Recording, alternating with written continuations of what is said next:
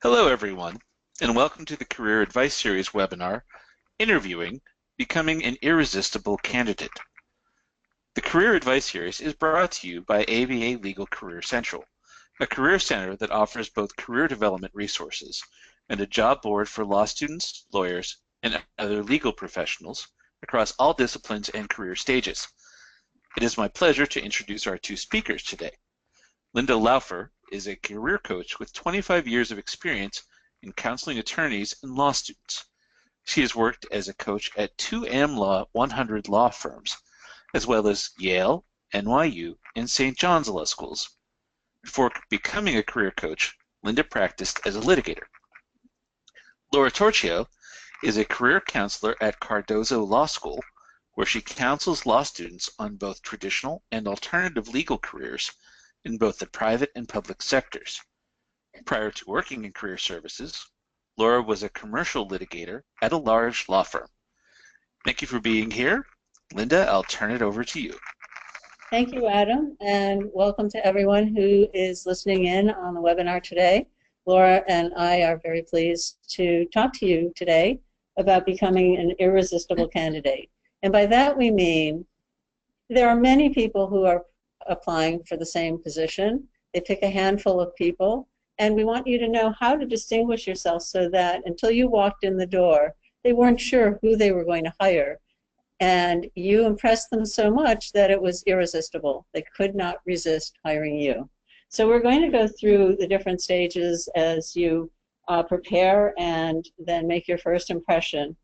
Preparation is the key to everything. If you're well prepared, you've actually done about 75% of the work. The first impression, of course, is very important. Then we're going to talk to you about your speaking skills as you present, and also the subtle cues through your physical presence when you're in the interview. We'll address some of the common questions as well as some behavioral questions and how to engage in behavioral interviewing. And then we're going to leave plenty of time for you to ask questions, and we'll be able to see them as we go along. Hi everyone, this is Laura Torchio, and thank you again for joining our webinar today. So whether you realize it or not, the interviewing process is actually much like dating. So let's talk this through a little bit. Now before you go on that first date, it's likely that you do a bit of self-examination, and you probably research whoever it is you're going to be meeting. So on the self-examination side, you probably think of your best characteristics, some interesting stories that you want to share, and you probably even strategize about how to address any baggage. Unfortunately, we all have it. On the research side, it's likely that you Google your date to see whatever it is you can find out about him or her beforehand, especially in the age of social media. All of this is going to provide you with interesting talking points so that you hopefully have a successful date. So now on the day of the date, you hopefully want to make the best first impression possible, from picking the right outfit to making good eye contact and demonstrating through body language and conversation that you're interested in your date. Now during the date, you'll likely try to convey those best characteristics, those things that you thought about beforehand, and you'll discuss your interests and anything you may have in common with your date. So as we walk you through the interviewing process, thinking about it in the context of dating, even if just conceptually, may help you relate to the points that we're going to discuss. So first, preparation, as I said, is very key because, you know, it's hard to think about who has control of the interview because you walk in and you feel like they're going to be in control. Well, they can control the questions. You can control how you answer those questions. And the way to get to that point is to be really well prepared. You want to make sure that you're not sitting there racking your brain to answer a question because you haven't prepared ahead of time. You really want everything crisp and top of mind.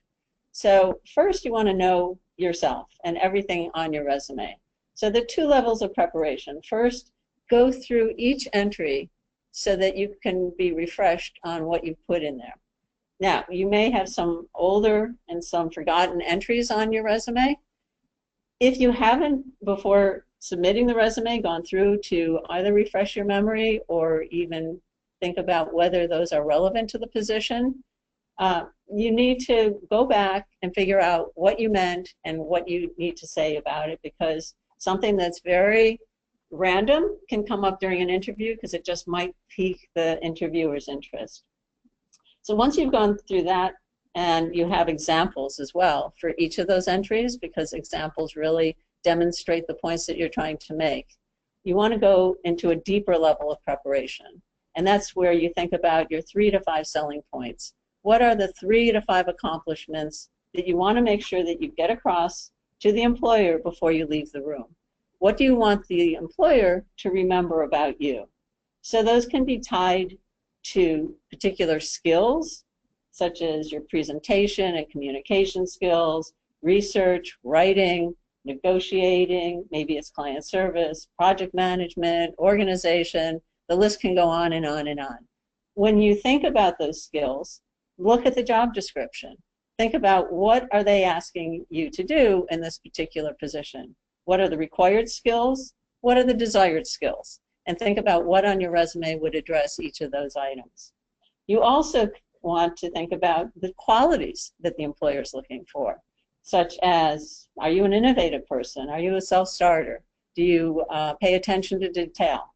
Again, if that's in the job description, think about what on your resume would address those particular qualities. Now, for both your skills and your qualities, just as for each of the entries on your resume, in the first level of preparation, you want to make sure that you have some examples. What will demonstrate the point to the employer so that you are memorable? You know, if you just say, I'm a self-starter, which is not the best way to approach that question or that quality, you're just giving something that's conclusory, is not going to resonate for the employer. So think about each of those examples. When you do this preparation, you're going to be able to answer most of the questions that you're going to get. And also, it allows you to be so well prepared that when you are asked a question, you can actually take the question beyond the limits of the question and segue into something that you know that you want to get across. You want to find those particular openings. And the only way you can do that is by being well prepared. The other thing with your resume is take a copy or two with you when you go to an interview. Sometimes an employer hasn't had a chance to look at it, or they may actually have lost it in the pile of papers on their desk. So you want to be able to provide it so that they don't have to look through their emails to find it. And also take any other material that you may have submitted. So all of these are ways to get yourself set up. So equally important to knowing yourself is knowing the employer. So you really should take a fair bit of time to thoroughly research the employer before your interview. You obviously want to review their website and be sure to know what it is they do, but be also mindful of what they don't do. It can really make for an awkward situation if, for instance, you're talking about a particular area of the law that you want to practice, only to be told that the firm doesn't do that type of law. I know this might sound like common sense, but trust me, it happens. Also try to find information about the employer and or your interviewers that isn't on the employer's website or their bio page. So for instance, information on their LinkedIn page. To the extent you can see their work history or other organizations they're involved in, this can provide for interesting conversation during your interview. Also look for articles that might have been published about them or that they themselves published. You can also check in with your law school career services office and to see if they have any inside information on the employer. Information they could have is on the culture of the employer, which can be really difficult to glean from the research you do on the internet. And remember, no matter how long you've been out of law school, your career services office is always there to assist you in your career. As a counselor at a law school, I felt obligated to make that plug, so I do hope that you all will reach out to your law schools if you are in need of further assistance. You can also consider reaching out to current or former employees with whom you have a connection, for instance, alumni. But if you choose to do so, just be careful to not give the impression that you're looking for this contact to advance your candidacy in any way. You really want to make it clear that the point of reaching out is strictly for information gathering. So all of this research will provide you with interesting talking points and material for questions to ask during your interview. So speaking of questions, yes, you should always ask them during the interviewer. It's likely that at the end of the interview, the employer is going to ask if you have any questions. The answer should always be yes. It shows that you're interested in the employer and the position. Now, ideally, questions should come organically and flow naturally from the conversation, but it is smart to always have a couple of questions prepared as backup. These questions can be related to job responsibilities or something specific to the interviewer. So one question I personally like to ask is, what is currently on your desk? This usually gets the person talking about something interesting they're working on. People generally like to talk about themselves, so it's a good just conversation piece. Now, in addition to showing interest in the employer and the position, asking questions is a great way to gain control of the interview. Remember, Linda talked about that earlier. To the extent you can take control, all the better, right? So by asking questions, you're actually turning the table on the interviewer, and now you're leading the conversation. Some questions to avoid. You never want to ask questions that can be answered quite easily publicly, through their website or doing an obvious Google search. So make sure that when you're researching that any questions you do come up with aren't easily answered. Also, don't ask about benefits, salary, work-life balance, vacation time, anything in that vein. These questions are really only appropriate once an offer has been made, except, of course, if they specifically ask you about salary requirements.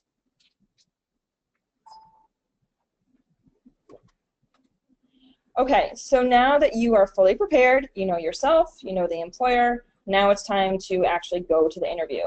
And hopefully you make a really great first impression so you get started on the right foot.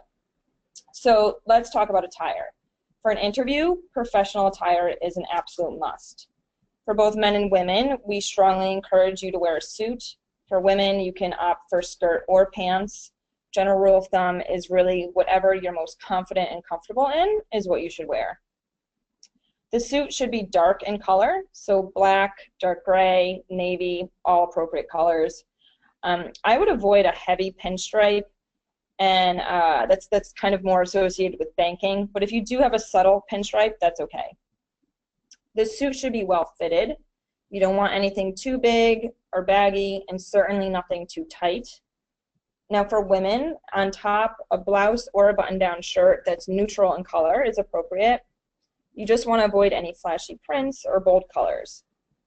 For shoes, we recommend closed-toed, and if you opt for heels, we say 3 inches or shorter. Now notice I say opt. Heels are entirely optional if you feel more confident and comfortable in flats, or if you're like me and you just can't walk in heels, then go with the flats. That's perfectly fine. Nylons. This is something I get asked about all the time. Unfortunately, with summer coming up, I still say the answer is yes, that you should wear nylons to an interview. The legal profession is very conservative, so I say whenever you're in doubt, just err on the side of being overly conservative. In terms of accessories, they should really be minimal. But if you have a piece that's still professional and conservative looking, that maybe demonstrates a bit of your personality, kind of like the necklace here in our example, then that's acceptable. You just really want to avoid accessories that make noise or that could be distracting. For instance, bracelets that might clink together or large earrings. Switching gear to men. For your top, we would say a white or a light blue dress shirt and a conservative tie. Again, nothing flashy or bold. On that note, avoid wearing any crazy socks. I know that they're pretty trendy right now, but save it for another occasion. For shoes, brown or black dress shoes are fine. Just make sure that whatever color shoe you wear, it should match to your belt. A couple of other considerations. Avoid wearing any perfume or cologne, and if you smoke, don't have a cigarette once you've put your suit on. You just never know how sensitive the employer will be to these scents or how small the interview room will be. Overall, you just really want the employer to remember that you look professional and not the specifics of what you wore. And again, going back to that general rule, if you're worried or hesitant about wearing a particular item of clothing, just don't do it. Go with whatever you're most confident in so that you're not distracted during the interview. All right, so continuing on with making a great first impression. No matter how professional you're looking in your suit, if you're late, that's going to be a total deal breaker. So let's talk timing. For an interview, arriving on time actually means arriving early, but probably no more than 10 minutes early. And by arrive, we mean that you're in that chair waiting for the interviewer to come out and greet you. So you want to build in time for lobby security, elevators, anything else that might come in the way. Now, to ensure that you arrive on time, get to the general vicinity well in advance. You know, look over your notes, grab a coffee, do whatever it is you have to do to calm your nerves and boost your confidence. This might be listening to a favorite song or doing your Amy Cuddy power pose. And if you don't know what I'm referring to, you should definitely check out Amy Cuddy's TED Talk. It's fantastic. All right, so you've arrived early, and now the interviewer is about to greet you. The first 90 seconds of an interview are critical. And here's some enlightening statistics to kind of put things in perspective. 33% of bosses say that they know within the first 90 seconds of an interview whether they're going to hire someone or not. So what is it that they consider during these first 90 seconds? Going back to the statistics, they show that when meeting new people, 7% of the focus is on what you actually say, 38% is on the quality of your voice, the grammar used, and your overall confidence, and 55% is on the way you dress, act, and walk through the door. So I don't know about you, but I find those statistics to be astonishing and frankly a bit depressing that only 7% of the focus is on what you actually say. But that really should just give you some insight and perspective of what an employer does consider important during that interview. So dressing as we suggested and arriving early will certainly help you make a positive impression during these first 90 seconds, but again, some additional things to consider. Upon arrival to the employer's building, you want to treat everyone with equal respect, from security to the receptionist, HR, and up the ladder. It's likely that your interviewers will ask other employees, how you treated them, and they're going to take this into consideration when they're determining your candidacy. So to avoid any issues, just think of everyone as the hiring manager from the moment you walk in the door. You also want to have a firm handshake, make eye contact, and smile whenever you meet someone.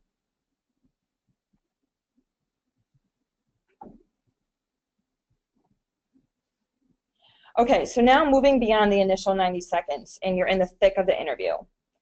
Throughout the interview, you always want to maintain an air of confidence and enthusiasm, and both Linda and I are going to talk through some ways that you can do that. So consider this. If you've been called in for the interview, the employer has likely deemed you qualified for the position. So really, in large part, the interview is about getting a sense of your personality and the soft skills that you'll be bringing, such as your interpersonal ability, your work ethic, and your drive. Being polite, confident, and speaking with enthusiasm will help you demonstrate these skills. All right, so beginning with body language.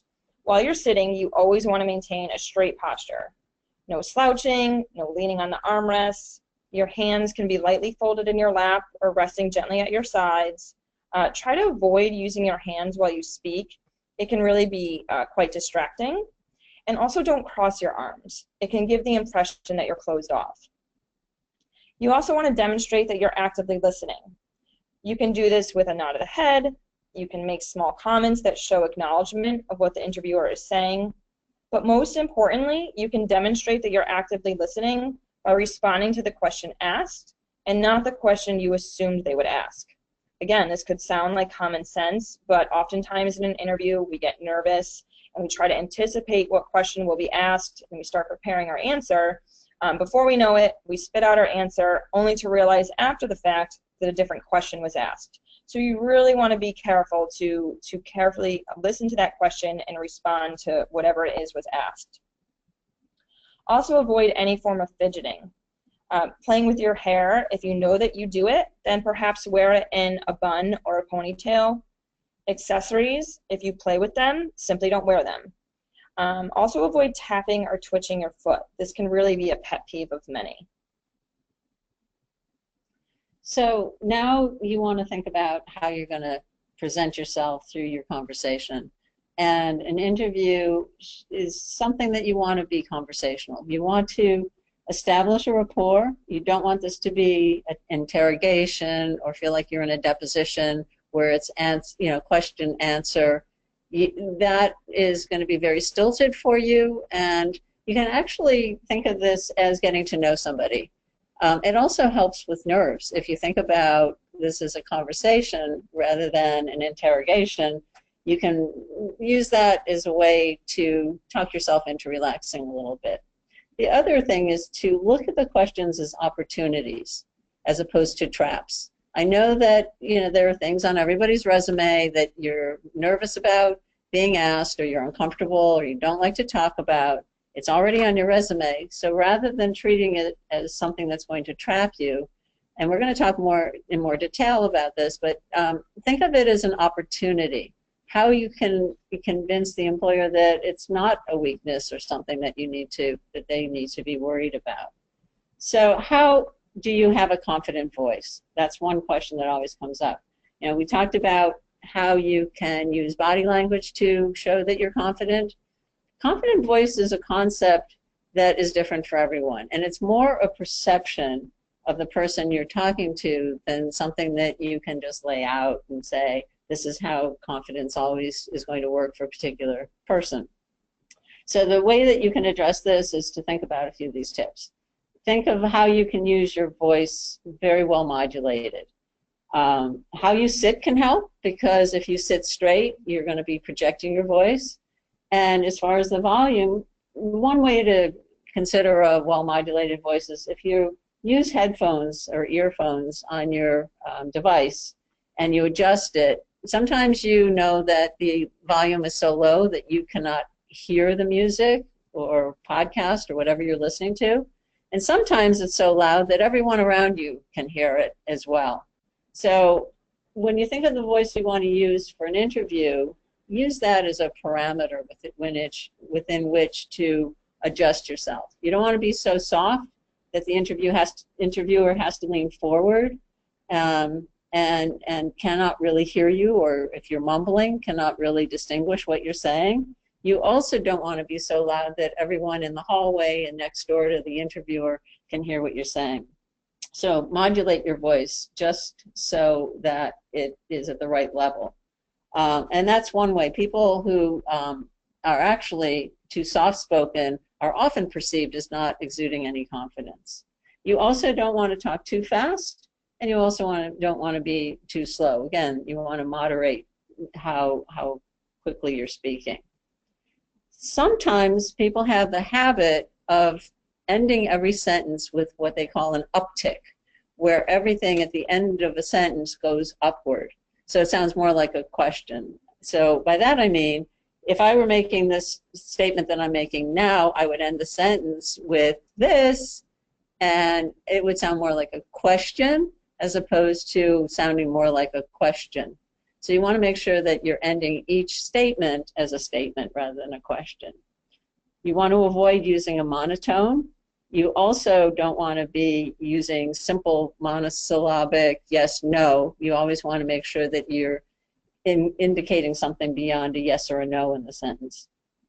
Be clear, be concise, and if you think about how long an answer is, try to time it when you're maybe practicing or thinking about this. 1 to 2 minutes is just about right. When you start going beyond 2 minutes, it can be too long.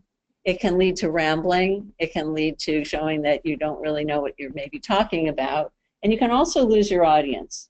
If you see someone starting to get restless, it means you're probably talking for too long. That's why it's good before this to use a timer and get a sense of how long 1 minute and 2 minutes are. If any of you exercise or do yoga and you have to hold a pose or a position for 30 seconds, you probably know that when I'm talking about that 30 seconds can feel like a very long time. Well, if you extend that out to 1 minute or 2 minutes, it becomes even longer. You also want to get a sense of how long you can pause before it becomes uncomfortable. It's very interesting. I've done this exercise with people where we've sat silently for 3 seconds. 3 seconds of silence is also a very long period of time. So if you get a good sense of time, it's very helpful in showing that you're confident. You want to also be very positive and no negative statements. You want to be positive about yourself, your work experience, career goals, past and present employers, your education, anything that's on your resume. It's all good. It's easy, though, for negativity to creep in without you being aware. And even in everyday conversation, you probably, and I think we all do, use negative words, sometimes even to show something positive. So you want to avoid any form of no, not, can't, didn't, won't, haven't. And you can actually practice this in everyday conversation. For example, if you have a tendency to say that something wasn't bad, the restaurant wasn't bad, the movie wasn't bad, you can actually turn it around, as you can turn around every sentence with negativity to something positive. You can actually say the restaurant was fair. I mean, if something's really bad, obviously it's really bad, but a lot of times we don't use accurate terms to describe things and kind of resort to the negative. So think about how you can start in your everyday conversation, turning it around. Another negative that comes into play is using but, or however, although, even though, and those become erasers, and they become disclaimers of everything that's said before them. And what someone will remember is not what you said before you said but, they'll remember what you said after but. So, for example, if you say, I'm familiar with deal sheets, but I don't have hands-on experience, they're going to remember not that you're familiar with a deal sheet, but that you don't have the hands-on experience. So what you'd want to say is, I don't have hands-on experience, but I'm familiar with the work and I studied it. So you want to take their attention towards what you do know rather than what you don't know or haven't had experience in. You also, there's another exception to the rule of but, is if you don't have any experience at all, again, you want to say no, but I do have relevant knowledge. So you want to avoid comparisons. One aspect of what you're comparing will suffer at the hands of the other one. For example, if you say, I took more depositions in my current position than I did in my prior position, you've now taken away some piece of your resume and some piece of your experience by doing the comparison. There's no need for that. Or if you say, I chose my law school, whatever school you might have gone to, instead of school X, school Y, and school Z, there's really no need for the comparison. It doesn't really advance anything. And you also run the risk of perhaps even insulting the person that is doing the interview because they may have gone to the school that you're comparing it to. Their cousin, their relative, somebody that they know might have gone to the school. They may have a high opinion of those other schools. So you're digging yourself your own trap. So if you're thinking, again, of questions as an opportunity, you want to think about how you can present everything in a positive way. Also, you don't want to use fillers. It's very hard to avoid them. We use them in everyday conversation. It allows us to think. So try to practice how to get yourself out of that habit, at least as much as possible. If you do it in the interview, obviously, just forget about it, move on. But fillers can become very, very distracting if they become, frequent in the course of the conversation. The person starts to focus on the ums, the likes, and the you-knows rather than what you're saying. So one way to do it is if you're with a trusted colleague, you can practice and have them tap the table every time you use one of those fillers. And as you start to become more and more aware of how often you say it, you start to eliminate them from your conversation. It's a technique that can work really well because it makes you very, very much aware of how often you're doing that. All right, so moving on to some common questions. We've listed here about 5 of the most commonly asked questions. They're so common that I can almost guarantee that you'll be asked at least one of them during your interview. So given how common they are, it is a good idea to jot down a few talking points that will help you form your answer and to help you avoid from going off on tangents during that interview. Now, you don't want to sound scripted or like a robot, so don't try to memorize your answer to these questions. All right, so looking at the first 3, tell me about yourself, why should we hire you, and what distinguishes you from other candidates. These are really identical questions. The first, tell me about yourself, is the most commonly asked question, and probably the question that tends to trip people up the most because it is so vague and broad. But if you think of it as equivalent to why should we hire you, or what distinguishes you from other candidates, then hopefully this should give you a better idea of what you should be addressing when you're answering this question.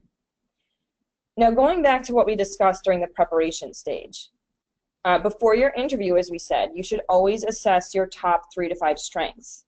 Now, these top strengths should be relevant to the particular position and will likely change depending on the interview and the position you're interviewing for. Assessing your strengths is going to help you answer many of these commonly asked questions.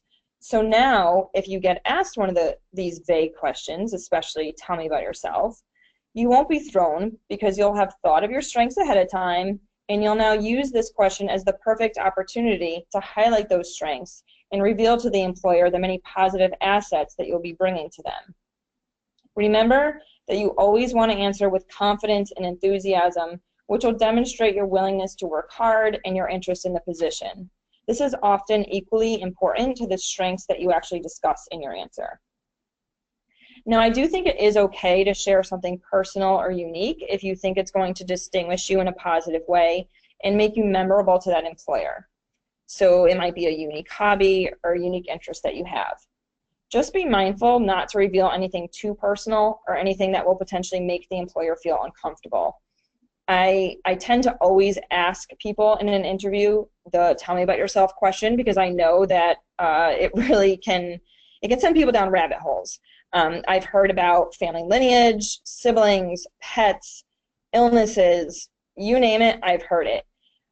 So again, thinking of this question in the framework of why should we hire you, hopefully that keeps you on track and you focus on your strengths and what is relevant to that employer and to the position that you're interviewing for.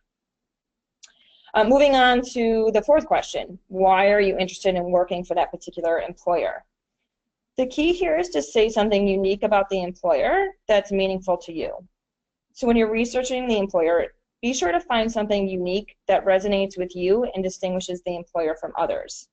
It could be their commitment to pro bono work, their involvement in affinity groups or community service, strength in a particular practice area, maybe it's a training or mentorship program that the employer offers.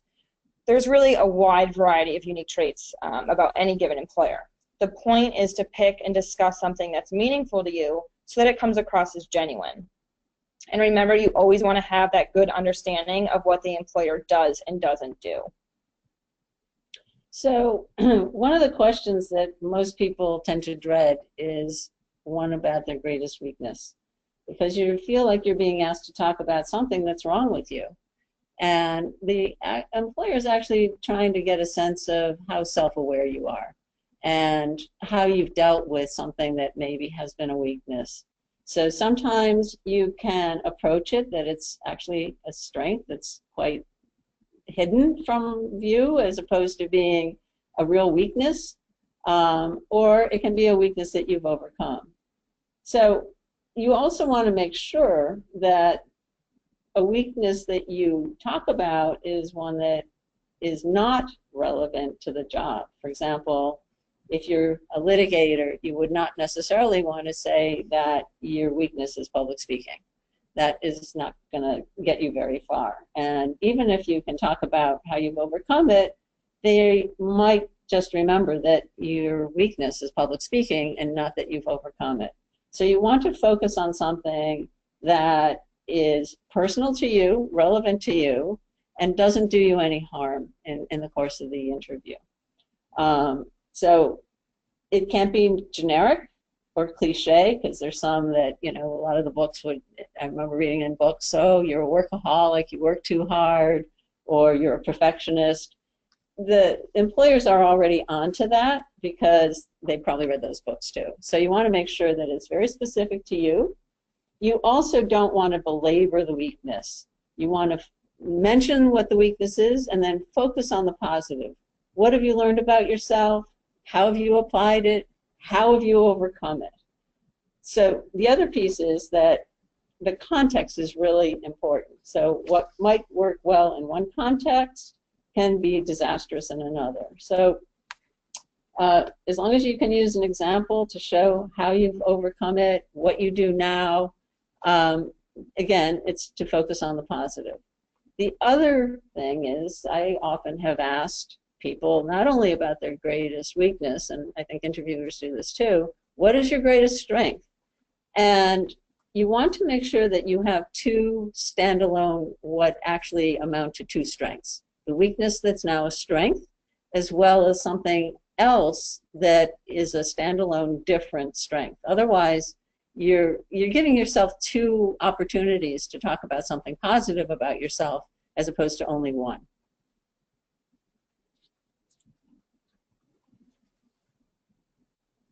Behavioral interviewing is something that employers are doing more and more these days. I guess it started about 10 years ago, and I think it's caught on quite a bit. Employers want to see how you're likely to handle a situation based on what you've done in the past, because a lot of times what you've done in the past is a good illustration of what you're likely to do in future situations. Some interviewers ask it just as we've written it here. Tell me about a time when you, and it's just up for grabs, and you can choose whatever it is that you want to talk about. So that's where your preparation will become in handy, because you'll have figured out a situation, and there are many, many different ways that this can be asked. We've given only 3 here: the difficult person or situation, competing priorities, missing solutions. It's infinite how they can ask this question. These are just a few common ones that come up. So the other way that they can ask it, and usually this is someone who's gotten some interviewing training, so you may not even realize they're asking you to demonstrate your behavior. They'll tie it into something on your resume. They may see that you're, let's say, the coach of your soccer team, or the captain of your soccer team. So they might actually say, so when you were the team captain, tell me about a time when you had to motivate your team.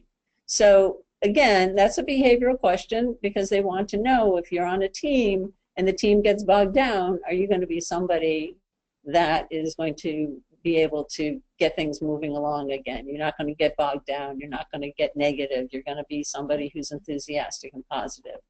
So anytime you hear, tell me about a time, you know that generally is how those questions get asked. Sometimes not, but most of the time it's a tell me about a time when.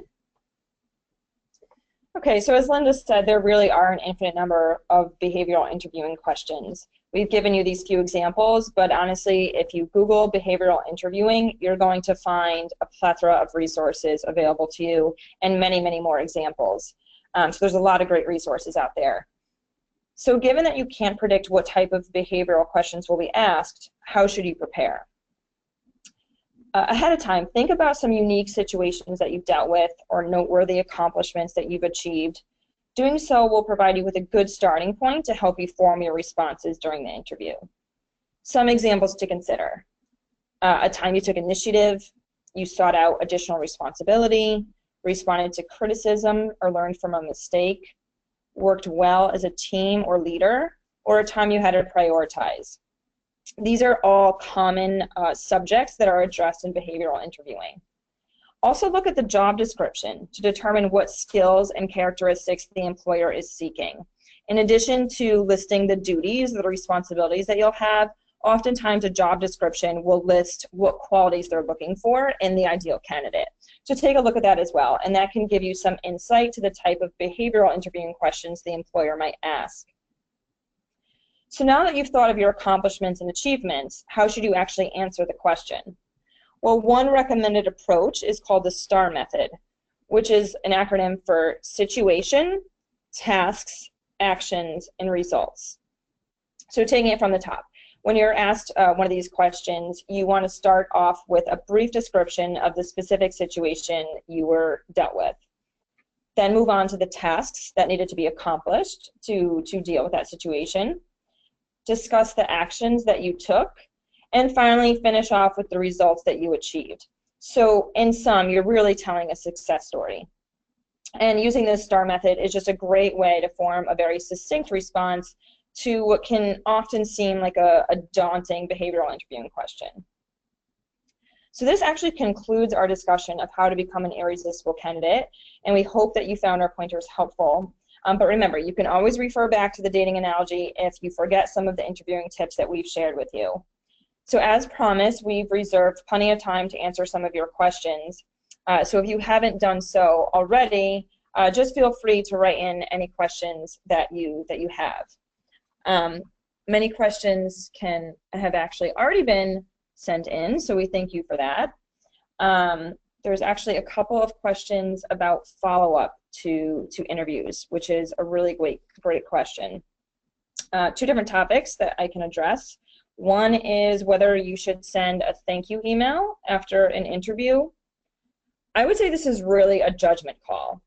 Generally speaking, I don't think you're going to lose an offer if you don't send a thank you email, but you might lose an offer if you send one that has a typo or a grammatical error in it. So if you're confident that you can draft a perfect thank you email, then I would suggest sending one shortly after your interview, but certainly no more than 24 hours after the interview. Personally, I do it as soon as I get home. If you met with more than one person, everyone should get an individual email and try to reference something in particular that you discussed with that person. It's completely fine to send very similar thank you emails, but again, just make sure that you send each person their own. Another question is in regards to following up on your status. So if you don't hear anything after the interview, I think you can send a follow-up email about 2 weeks afterwards. It should be very short and to the point. Dear so-and-so, I recently interviewed for X position and am writing to follow up on the status of my candidacy. I look forward to hearing from you. Regards. Something very short. There was also a question or several questions about the lunch interview. So lunch interviews can be tricky. I think there's probably at least two reasons why employers do this. One, they want to see how you handle yourself, if you're poised and professional, so that they feel comfortable introducing you to clients. I think other employers might send you to lunch with, say, associates, maybe a younger constituent, to see if you let your guard down or act a bit less professional than, say, you would with a partner. Avoid doing so at all costs. Remember, this is the interview. You want to always maintain your the highest level of professionalism and come across as poised as possible. Order something that's easy to eat and not messy. You just don't want to have to be stressing about that. Don't order any alcohol, even if the employer orders it. Again, they could be doing these things just to see how you react. So I would say, generally speaking, avoid getting anything that's alcoholic to drink. So a question just came in about a gap that you have to address in an interview.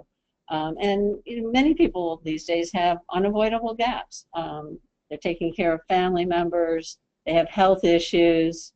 And one of the approaches is, first of all, you can't be an ostrich and figure maybe they won't see it on your resume that there's a gap. Obviously, they're going to see it. They're most likely to ask about it.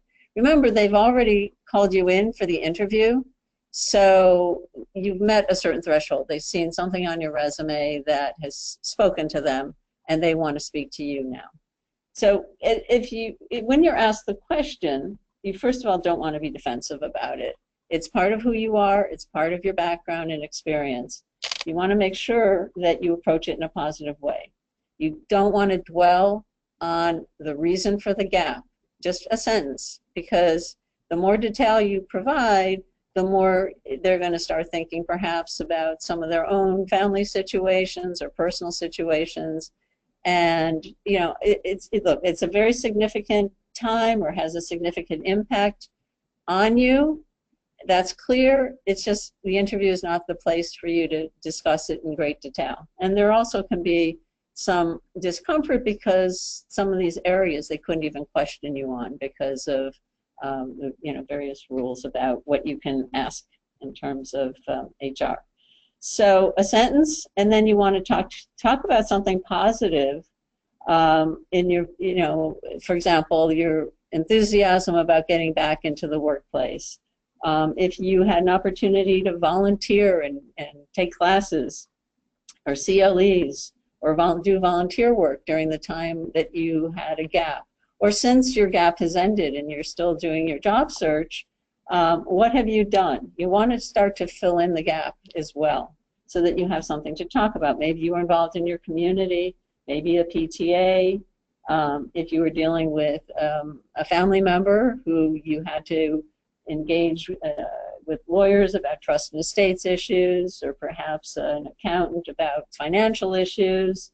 Maybe you had to do work on finding a custodian. So think about all the different aspects that you have had to address during the gap, and since perhaps your gap has ended and you're back in the market for a position. Okay, we also have several questions about phone interviews. Yes, phone interviews can be very tricky, but there are definitely some advantages. So first thing I would say is prepare, prepare, prepare. I mean, that is the general rule of thumb with any interview, but especially with phone interviews, I think preparation is so crucial because you don't have the benefit of, you know, body language and reading social cues when you're in a room with someone. So preparing, knowing your top selling points, knowing everything you can about that employer, having examples ready to go off your resume are very crucial. The advantages of a phone interview is that you can have your notes in front of you, right, and your resume. So make sure you have very, you know, clearly written notes if you're going to use them, you know, a few bullet points here and there for perhaps some of these commonly asked questions. Tell me about yourself, or why do you want to work for us? So that is a huge advantage because you won't have that when you're in an in-person interview. Now, how can you distinguish yourself? Speaking honestly, remember, go back to that statistic, something like 38%, I think, of what employers focus on in that first 90 seconds is how you speak and the grammar that you use and the confidence that you exude. So speaking articulately and succinctly with confidence and enthusiasm can really distinguish you. Again, this might sound like common sense, but I can't tell you how often I interview someone, whether, you know, it's a mock interview in person or over the phone, and that just confidence and that enthusiasm and energy is lacking. They might be, you know, very highly credentialed on paper, but if I hear that they're kind of low energy and monotone, it really, I just lose interest almost immediately. So I really think that speaking with confidence, enthusiasm, and succinctly can certainly distinguish you. Just some logistical advice, I would say to check your phone connection before your interview and any surrounding noises.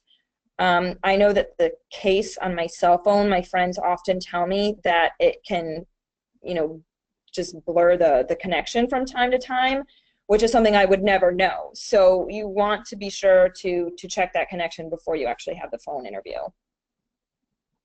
Okay, we have a question about future plans, or where you see yourself in 5 years, and the question relates to what if your personal plans might not be what an employer wants to hear. So when you're talking about future, and future is, you know, it can be 2 years, it can be 5 years, it's always wise to focus on seeing yourself at that employer in that particular position, and thinking about where you would see yourself in the future if you were in that job. Now, does it mean, oh, I want to be a partner or I want to be the CEO? No, not necessarily. And that kind of answer doesn't really say anything about your plans, or doesn't necessarily sit very well. Think about the responsibilities that you would want to have in 5 years. What kind of work would you want to do? Where would you see yourself within a particular organization? That will keep you on track. There's no need to go into the personal, because plans for the future can change on a dime. And what you think might be your personal plans today might be different personal plans in 3, 4, 5 years. So focus on the job and how it would relate to the job. And the personal you can keep to yourself. Until it comes up, you don't necessarily have to deal with it. There was also a question about handling individual interviews with multiple people. This is very common. I would say a couple of things. Be sure to be consistent. I can assure you that all of these individual employers are going to talk about you afterwards. And if you go in and say to one partner that you're super interested in commercial litigation, and then you interview with a health law partner, and you say, oh yeah, I'm very interested in health law, you're just not going to look credible. So even if what you're interested in might not be, what that particular partner practices, you want to maintain your consistency. Likely the posting was for a particular practice anyways, so they might know straight out of the gate that you're not interested in their practice. The point of interviewing with that person is probably more of getting a sense of your personality. Do you fit in with the firm culture? So don't get too caught up if you don't necessarily align with whoever it is that you're interviewing. The other point I would make is if you interview with people of different rank, so perhaps some associates, more senior associates and partners, be sure to treat everyone the same. Oftentimes when I was at the firm and I would be interviewing people, once they saw that I was an associate, I could tell immediately. They would let their guard down. They would ask questions about work-life balance or benefits, things that I know they were not asking the partner. I even had someone wish me luck. And I wanted to say, well, thank you, but I have the job, right? So treat everyone the same. Again, it's oftentimes the associates who you're going to be working with, depending on your level of experience, and burning the midnight oil with these associates. So you don't necessarily want to come across as you're treating them in a condescending way. Let's see. Okay, a question that's come up a couple of times now is, what do you do when you're asked about salary? If you can, do some research into the range of salaries for that type of an employer, because there are different ranges for different size employers.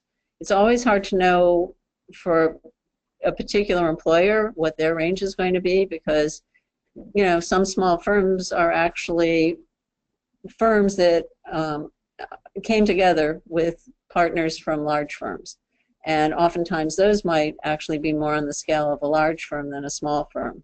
Some small firms, depending on their practices, can have a different scale. So if you can find out, perhaps even from your career services office, they may have some particular knowledge about that employer, it's good. And then you can give a range. That's sometimes a way of handling it. Sometimes you can also handle it by almost not answering the question, but by focusing on the fact that you're very interested in the position, and while salary is very important, the combination of the work as well as all the other benefits would be very helpful, because if the whole package would work together, you would be very satisfied with the salary that would give a lot of different benefits. So sometimes, depending on the employer, they may actually give you a percentage of work that you bring in. So that could influence the salary. So try to get a sense of what they might be thinking by not necessarily answering, but seeing if you can get them to give you some clues as to how they structure, especially with smaller firms, they may structure it a little differently than large firms. But sometimes you can get a good idea by some discussions and with your career services office, and also searching online. There's information online about different salaries and different types of organizations as well. So sometimes some preliminary research can give you a clue as to what might be appropriate in a particular circumstance.